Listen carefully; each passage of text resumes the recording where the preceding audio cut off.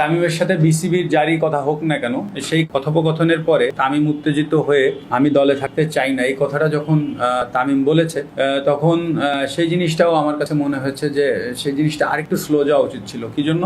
রাগ ক্ষোভের উপরে মানুষ যে সিদ্ধান্তই নেয় না কেন সেটা কখনো সঠিক সিদ্ধান্ত হয় না। এটা কিন্তু আমরা সবসময় দেখে এসেছি এবং ব্যক্তিগত জীবনেও কিন্তু এই জিনিসগুলো ভালো একটা কাজে লাগে না। তাই আমি মনে করি যে তামিমের সিদ্ধান্ত আরেকটু ভেবেচিন্তে নিলে হয়তোবা জিনিসটা ভালো হতো। আচ্ছা, আরেকটি গুরুত্বপূর্ণ বিষয় সেটা হচ্ছে তামিম ইকবাল মেনশন করেছে তার বক্তব্যে, সেটা হচ্ছে যে ক্রিকেট বোর্ড থেকে যিনি কথা বলেছে তামিমের সাথে, তিনি হয়তোবা বলেছেন যে তুমি প্রথম ম্যাচটা একাদশে থেকো না, বা থাকলেও নিচে ব্যাটিং করো। আমার কাছে মনে হয় এখানে বেশ কিছু কথা বলার আছে। সেটা হচ্ছে আমি যখন প্রথম বললাম যে তামিম দলে থাকতে না চাওয়া, প্রথম হচ্ছে তামিম হয়তোবা একটু উত্তেজিত হয়ে এটা বলেছে, কিন্তু তার ভিত্তিতেই তামিমকে দলে না রাখাটা আসলে কেমন হলো একটা জিনিস। আর দ্বিতীয়টা হচ্ছে যে তামিমকে এই বিষয়টা কিন্তু যেটা বলা হয়েছে যে তুমি ফার্স্ট ম্যাচটা খেলো না বা খেললেও নিচে ব্যাটিং করো, এই জিনিসটা বেসিক্যালি ক্রিকেট নলেজ যদি আমার বিন্দুমাত্র থাকে তাহলে আমি বলবো এই জিনিসটা ক্রিকেট বোর্ডের কেউ বলার বিষয় না। এই জিনিসটা বলবে একমাত্র কোচ, ক্যাপ্টেন বা